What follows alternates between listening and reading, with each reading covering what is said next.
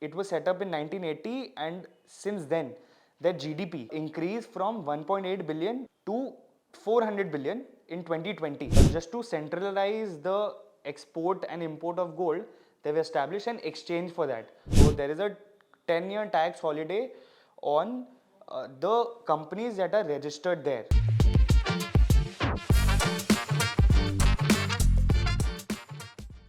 Hello everyone, welcome to another episode of Cut the Noise. Today we have here with us Vedant, working as an analyst, new initiative with Grip Invest. Welcome to the episode, Vedant. Thanks, Amit, for having me. So Vedant, there's a lot of buzz around the gift city. It's trending, it's in the market, it's in the news everywhere. So if you could shed some light on the topic. So, just to give you an introduction, GIFS City is basically short for Gujarat International Finance Tec-City. And this was basically an ambitious plan by the government of Gujarat. The idea is to build an extensive special economic zone spreading over around 359 hectares of land. Around 110 buildings are planned to be constructed on that platform, and out of the entire land, around 67% is going to be commercially used, that is for offices and companies to set up shop there. Around 22% is going to be used for residential purposes, and the rest is going to be used for recreational activities, maybe setting up mall, etc. I've heard in news, Vedant, there is an interesting history about Gift City. If you can tell us about that. So Namit, interestingly, this planning started back in 2007 when Narendra Modi, who's the current Prime Minister of India, he was the Chief Minister of Gujarat back then, and his idea was to, which was also inspired by the Special Economic Zone in Shanghai that was built in 1980.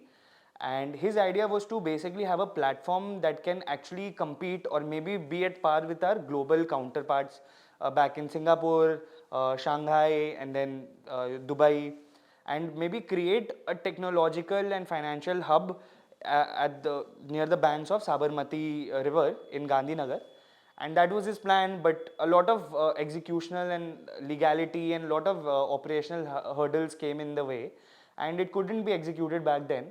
But later on, when the government came in power, when the Narendra Modi government came in power, that is when things got a little fast tracked, and here we are with the Gift City now.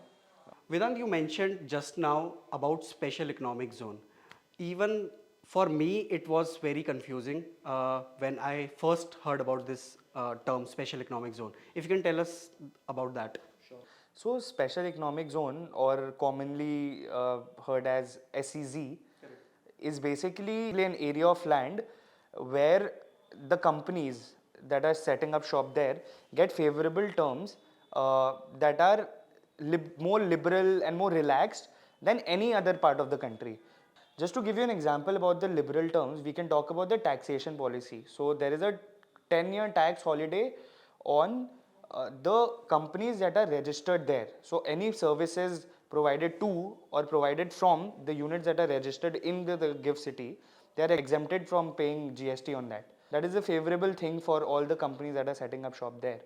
And to your point on the example, so there was a special economic zone that was set up in Shanghai back in 1980 called Shenzen Special Economic Zone.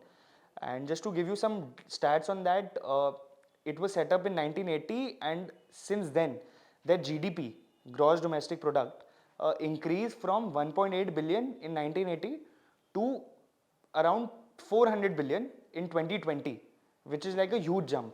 Apart from that, talking about the foreign direct investment, which is actually one of the many reasons why a country sets up a special economic zone, basically to invite foreign investors to come and invest in their domestic country.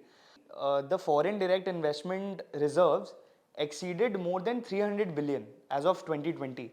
So that's like a great achievement for not just Shanghai, but for their entire economy in general, right?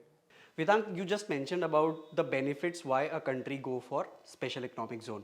But there are benefits related to the companies or the brands setting up shops in Gift City. What are those benefits? So giving you an example of infrastructure, a 400 MV electrical pipeline is going to be constructed in that area and that pipeline will be laid in a very thick concrete wall just to avoid any power discrepancy or maybe power outage in that particular area, which is actually great for the companies that are setting up shop there. Apart from that, going to the second example, like I also mentioned earlier, that they have a 10-year tax holiday in terms of GST payments, in terms of a lot of income tax payment as well. Coming to the third example is telecommunications part, which is very important in terms of communicating with the rest of the world, and also in terms of the delivery of communication, how fast you're being able to communicate with the rest of the world. They have laid down a special fiber called FTTX fiber that directly connects to home or offices and ensures seamless communication for all the registered units or for all the residential purposes. Not to forget the connectivity of things, because Gift City is established in such a way that it is connected with so many areas of the, not only the country but also to the world. It has better connectivity to the metro lines. They have better connectivity to the waterways, roadways, and the railways. That Even actually the airport as well. exactly, that actually ensures that the goods and services that the companies are providing from that particular zone is getting delivered on time. Talking about the construction, the development of this gift city, what are the different kinds of progresses that have been made on gift city as of now? So we have one of the 3 dedicated bullion exchanges in our gift city. Bullion is basically gold, and just to centralize the export and import of gold, they've established an exchange for that. This step was actually undertaken just to ensure a centralized market for the import of gold. Now, why is it beneficial for the companies?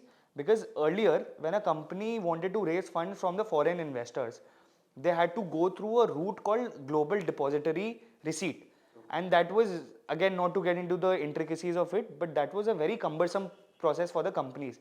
And now, having a dedicated exchange for them, it makes everything easier for the company, because they just have to go and list themselves in that particular exchange, making the entire process very smooth and very operationally light for the company. So Vedant, this I guess will be my last question to you. How will gift city impact the economy of India? So, Gift City's purpose was to ensure economic growth, which will happen by GDP growth. And while we don't have all the numbers at the moment, it is imperative, going by the past stats and going by what Shanghai could do with their special economic zone. I'm sure there will be some sort of impact on the overall GDP as well, which we'll start noticing after a while. So another key advantage is obviously creation of job opportunities. Once the companies that are setting up shop there, be it the domestic companies or be it the foreign companies, start setting up shop, they will naturally start attracting local talent. And they would want to do that because obviously that would be cheaper for them. Instead of calling someone from their native country to come and work here, they will naturally start seeking uh, people, they will start attracting people who are locally based, and that will eventually start creating job opportunities for the domestic individuals. Third point, as I also spoke about Shanghai, the Shenzhen Special Economic Zone, there will be a boost in the foreign direct investment, because once the world starts seeing how well we've established ourselves with the gift city, they will naturally start investing more money. Now, fourth point is creation of a better infrastructure, which is already in progress, and I already spoke about that, and also creation of more financial services around the city. Now, if more and more companies are setting up shop there, they would want more capital to expand their business, maybe to set up shop or attract local talent. There can be many reasons why they would want some greater capital there. So yeah, these are the different contributions that the gift city will have towards the Indian economy in general. Thank you so much, Vedant, for this insightful session. I hope you guys had a great time watching this video, got to learn a lot of things. If you still have questions related to Gift City or any thoughts about it, please drop those comments in the comment section. If you like this video, hit the like button, and if you haven't subscribed, subscribe to Grip Invest. Thank you so much, Vedant. Thanks a lot.